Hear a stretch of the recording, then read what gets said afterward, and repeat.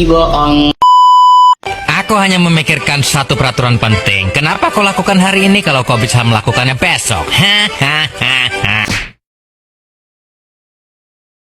Geda-gedi, oh.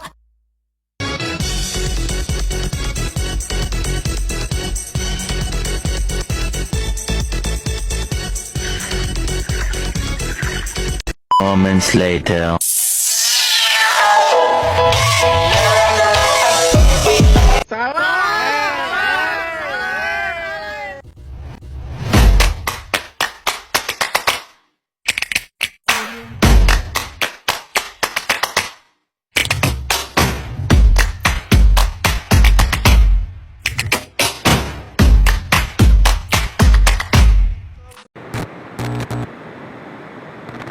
Assalamualaikum warahmatullahi wabarakatuh. Kami dari kelompok 3 akan mempresentasikan video atas kasus-kasus yang terjadi, yaitu kasus pengingkaran kewajiban warga negara terhadap negara.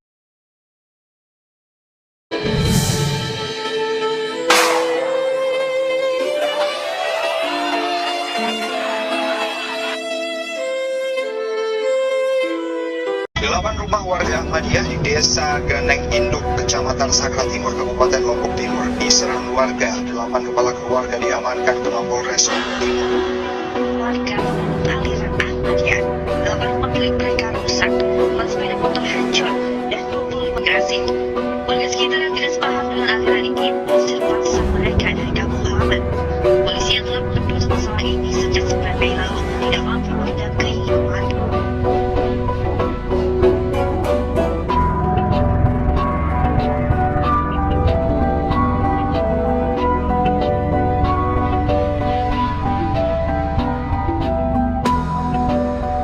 Warahmatullahi wabarakatuh. Saya Salsa di sini bertugas untuk menjelaskan kronologis secara singkat dari kasus-kasusnya.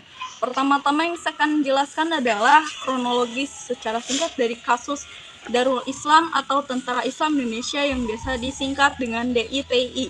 Pada awalnya di tahun 1942 sampai 1945, Kartosuwiryo mendirikan organisasi bersenjata berbasis Islam. Lalu di tahun 1945 sampai 1949, Kartosuwiryo merasa bahwa keinginannya untuk mendirikan negara Islam di Indonesia belum sepenuhnya tercapai. Ia merasa pemerintahan di Indonesia dianggap terlalu nasionalis dan sekuler. Hingga di tahun 1949, tepatnya di tanggal 7 Agustus 1949, Kartosuwiryo mendeklarasikan secara resmi berdirinya NII atau Negara Islam Indonesia dan DITI sebagai sayap militernya di Jawa Barat. Namun penyebarannya tak hanya di Jawa Barat, tetapi juga di beberapa daerah lainnya seperti Jawa Tengah, Sulawesi Selatan, Kalimantan Selatan, dan Aceh. Lalu di tahun 1950-an sampai 1962, pemerintah Indonesia mengadakan operasi militer guna memadamkan pemberontakan tersebut. Hingga di tahun 1962, Kartosuwiryo berhasil ditangkap. Ia dijatuhi hukuman mati dan dieksekusi pada tanggal 5 September 1962. Kasus yang kedua adalah kasus pelanggaran HAM dan kebebasan beragama terhadap Jemaat Ahmadiyah. Kasus-kasus ini mulai menonjol dari tahun 1990-an dan bahkan mungkin hingga saat ini. Kejadian terbesar terjadi di tahun 2011, di mana Jemaat Ahmadiyah diserang hingga tewas di daerah Cikesik, Banten. Namun tak hanya di daerah Cikesik, Banten, kekerasan terhadap Jemaat Ahmadiyah ini juga terjadi di beberapa daerah lainnya seperti Tasikmalaya, Jawa Barat, Lombok, BB. Dan siapa aja sih yang terlibat dalam kasus ini? Dalam kasus ini sudah pasti Jemaat Ahmadiyah seringkali dianggap menyimpang oleh sebagian besar umat agama Islam di Indonesia, sehingga kelompok-kelompok atau ormas Islam radikal dan individu-individu yang tidak setuju dengan adanya Ahmadiyah ini sering melakukan. Selain itu, pejabat daerah maupun pemerintahan pusat juga ikut terlibat dalam membuat peraturan pembatasan aktivitas terhadap Jemaat Ahmadiyah. Jemaat kali menjadi target kekerasan fisik, pengusiran, dan diskriminasi lainnya.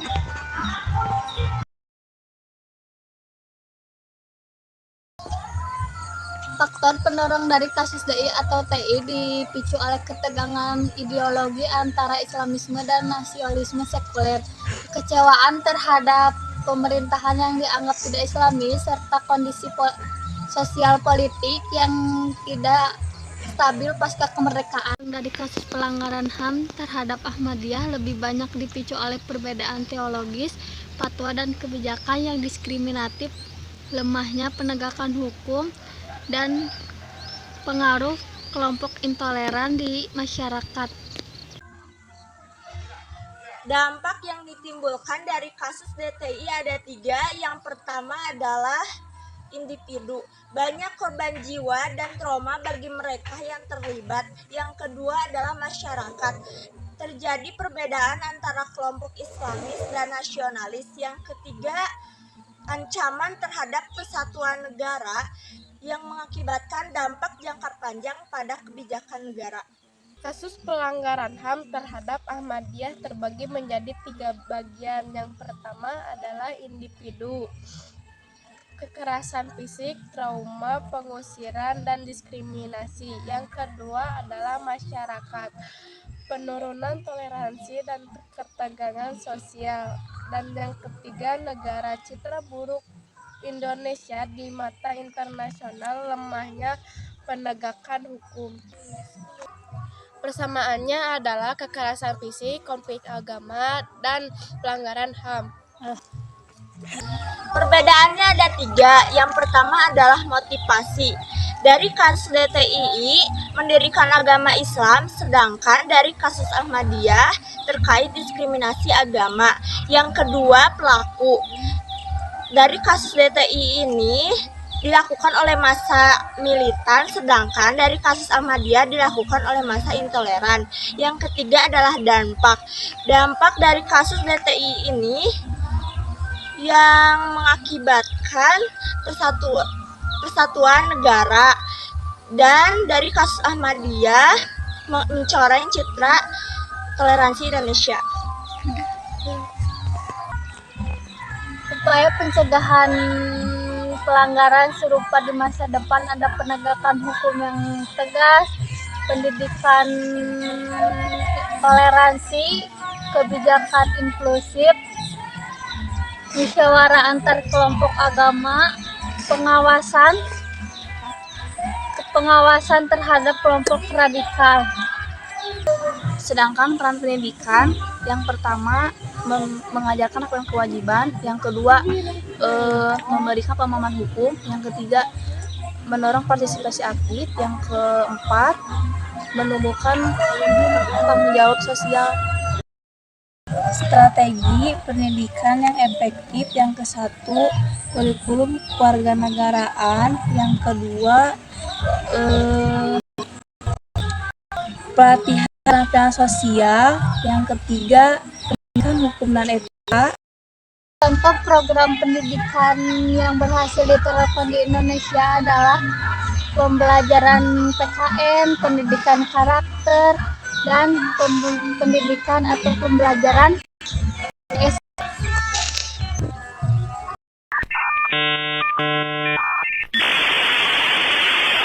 Saya wassalamualaikum bro.